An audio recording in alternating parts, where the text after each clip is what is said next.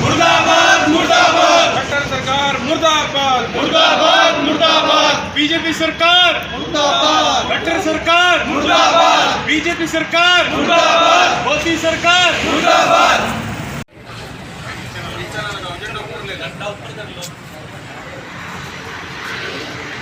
भाजपा सरकार मुर्दाबाद, खट्टर सरकार मुर्दाबाद, बढ़े हुए तेल की कीमतों को वापिस लो, वापिस लो, वापिस लो, बढ़ी हुई गैस के तेल वापिस लो, वापिस लो, वापिस लो, बढ़े हुए गैस के दाम वापिस लो, वापिस लो, वापिस लो, भाजपा सरकार मुर्दाबाद, भाजपा सरकार मुर्दाबाद, मोदी सरकार मुर्दाबाद, मोदी सरकार मुर्दाबाद।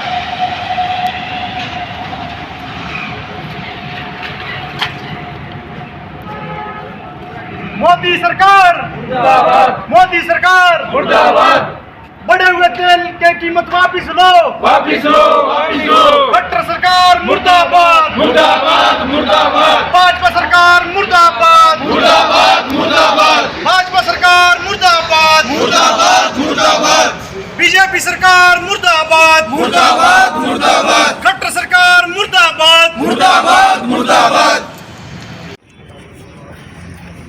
जैसा कि आप सभी को पता है कि दिन प्रतिदिन गैस और पेट्रोल डीजल के दाम बढ़ रहे हैं और ये लगातार एक हफ्ते से बढ़ रहे हैं और इस पर मोदी सरकार तानाशाही के जरिए आराम से घर में बैठकर सो रही है। जैसा कि प्रत्येक घर का बजट, आम जन का, अमीर का, गरीब का, सबके घर का बजट बिगड़ चुका है। इसलिए हम मोदी सरकार से यह दरख्वास्त करते हैं कि बढ़े हुए पेट्रोल डीजल और गैस के दामों को कम करें और लोगों को राहत देने का काम करें। नमस्कार साथियों, मैं गौरव भारद्वाज, प्रदेश सचिव हरियाणा नेशनल। आज हम यहाँ प्रदर्शन करने पहुँचे थे। प्रदर्शन था महंगाई के खिलाफ। प्रदर्शन था दिन पर दिन बढ़ती महंगी है, गैस की कीमतें, तेल की कीमतें और जो हम घर कमर्शियल गैसेज हैं उनकी कीमतें। और जान ये कीमतें सिर्फ गैस और पेट्रोल तक ही, डीजल तक ही सीमित नहीं है।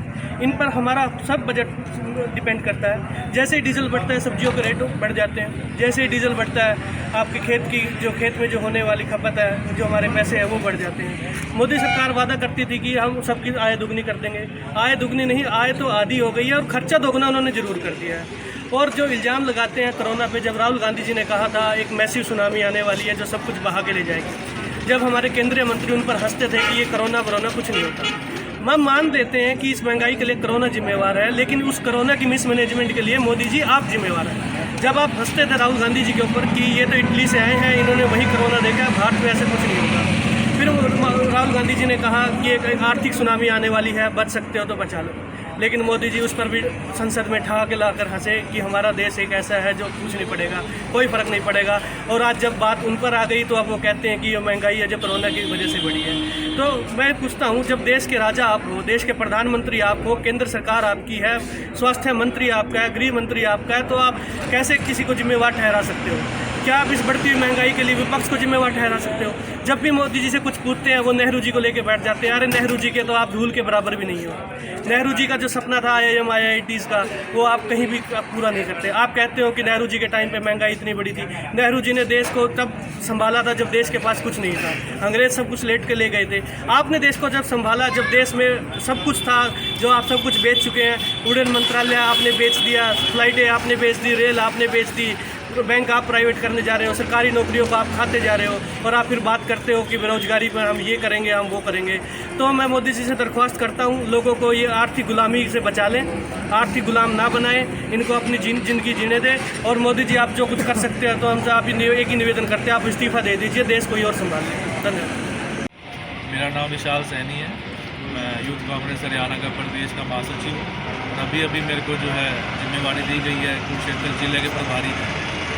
तो जैसा आप देख सकते हैं आज के प्रदर्शन का आयोजन जो हुआ है, एक शॉर्ट नोटिस पे जो सक्सेसफुल प्रदर्शन आज किया है, उसके लिए पहले तो मैं धन्यवाद करना चाहूँगा हमारे जो अध्यक्ष हैं यहाँ के राजन कोटला जी, और जो हमारे हल्का पेवा के अध्यक्ष हैं राणा जी, हमारे यहाँ थानेसर के हल्का अध्यक्ष हैं शर्मा जी, और जितने भी साथी आए हैं मैं उन सब का अभिनंदन करता हूँ और धन्यवाद करता हूँ कि आपने एक रात के एक छोटे से मैसेज जो रात को 10 बजे आया था कि आपने यहाँ प्रदर्शन करना है और एक सक्सेसफुल प्रदर्शन का आयोजन किया, उसके लिए आप जो है बहुत बहुत धन्यवाद आप सबका। देखिए, आज का जो प्रदर्शन है उसका मुख्य कारण जो है आप देख सकते हैं, दिन प्रतिदिन हर रोज़ पिछले एक हफ्ते से हम देख रहे हैं पेट्रोल डीजल 80 पैसे और पेट्रोल 90 पैसे, गैस कोई 45 रुपये, कोई 50 रुपये, और अभी कल तो जो सी हमारी कमर्शियल गैस जो यूज़ होती है रेस्टोरेंट, होटल्स या और कई इंडस्ट्रीज़ में, उसमें 250 रुपये की वृद्धि करी गई है। देखा जाए तो वो सिलेंडर 2200 आई थिंक 2250 रुपये का हो गया, और हमारा जो ये अपना जो हम यूज़ करते हैं अपने घर में वो भी आसपास 1000 रुपये हो ही गया, कुछ दिनों में 1100 तक कर देंगे। तो आप खुद देख सकते हैं कि थोड़े दिन पहले जब इलेक्शन थे, जब पंजाब और बाकी स्टेट्स का इलेक्शन था, 4 महीने कोई रेट में वृद्धि नहीं हुई, बल्कि दिवाली के टाइम पे 10-10, 5-5 रुपये घटाया गया। तो ये एक स्ट्रैटेजी है सिर्फ। लोग पहले ही कह रहे थे कि जिस दिन रिजल्ट आएगा और इनकी फेवर में आप अगले दिन से देखना रेट कैसे बढ़ेंगे, और आपके सामने ही है कि रेट कैसे बढ़ रहे हैं। जिस सर महंगाई की बात को लेकर और जैसे युवा साथी जो आज बेरोजगारी के बारे में क्या कहना चाहेंगे सर? देखो, महंगा ये बातें कर किसान के बारे में उन्होंने क्या कहा था कि 2022 में आय दुगनी करते हैं जी, और ये कहते थे कि 2020 में तो हम भारत जो है एक विश्व गुरु होगा। आपके सामने ही है कितने गुरु हम बन चुके हैं। बेरोजगारी का दर हरियाणा में तो सबसे ज़्यादा है, जबकि कांग्रेस के टाइम में हुड्डा जी जब सीएम थे पर कैपिटा इनकम सबसे ज़्यादा थी और सबसे ज़्यादा रोजगार हमारे राज्य में था पूरे देश में, और आज के टाइम पे हम नंबर 1 है बेरोजगारी में। तो आय दुगनी तो क्या करनी थी, खर्चा दुगना तिगना हो गया, नौकरी है नहीं है। अब आप खुद जान सकते हैं कि लोग अपने घर का खर्चा कैसे चला रहे होंगे। आप भी सब जो है एक आम आदमी, एक आम फैमिली से बिलोंग करते हैं, आप खुद भी जानते हैं कि घर का खर्चा कैसे चल रहा है। हर चीज़ दुगनी हो चुकी है और कमाई वहाँ जहाँ थी वहाँ से भी नीचे आ गई, और ये आड़ ले रहे हैं कोरोना की, जबकि कोरोना से पहले ही हो चुका था ये सब। तो मैं तो आपके माध्यम से यही कहना चाहता हूँ कि सरकार लोगों को बात को सुने, कोई तरीका निकाले जिससे महंगाई कम हो सके और साथ